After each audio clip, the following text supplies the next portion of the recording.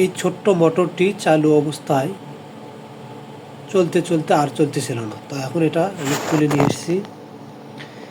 এটা চেক করব আসলে এটার কি সমস্যা।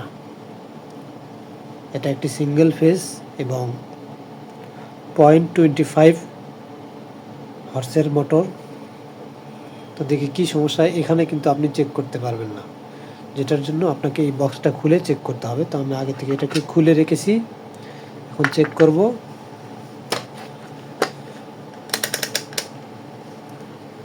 এখানে প্রথমে চেক করব ক্যাপাসিটার।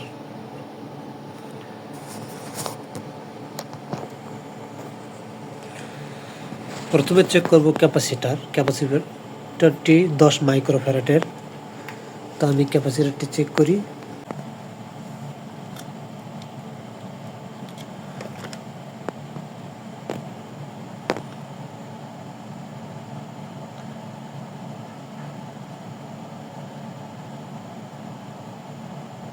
ক্যাপাসিটরটি ঠিক আছে।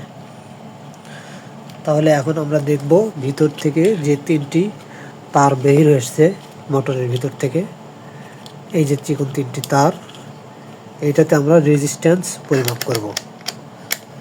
মিটারটিকে রেজিস্ট্যান্স মোডে রাখলাম। এখান থেকে 3টি তার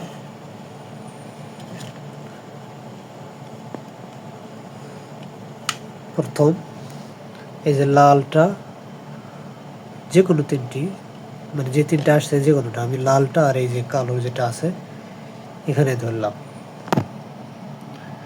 দেখুন মাল্টিমিটারে কিন্তু কিছুই শো করতেছে না, অর্থাৎ এটাতে কোনো প্রকার রেজিস্ট্যান্স নেই। আর একটা কথায়, এই যে আরেকটা ব্লু কালারের তার আছে, এটাতেও রেজিস্ট্যান্স চেক করতেছি, এখানেও নেই।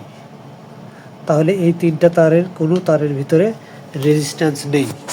না থাকার কারণে এই মোটরটির ভিতরে কয়েল পুড়ে গেছে।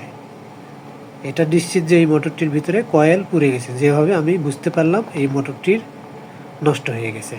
তো এইভাবে আপনি আপনার মোটরকে চেক করতে পারেন। ধন্যবাদ সবাইকে।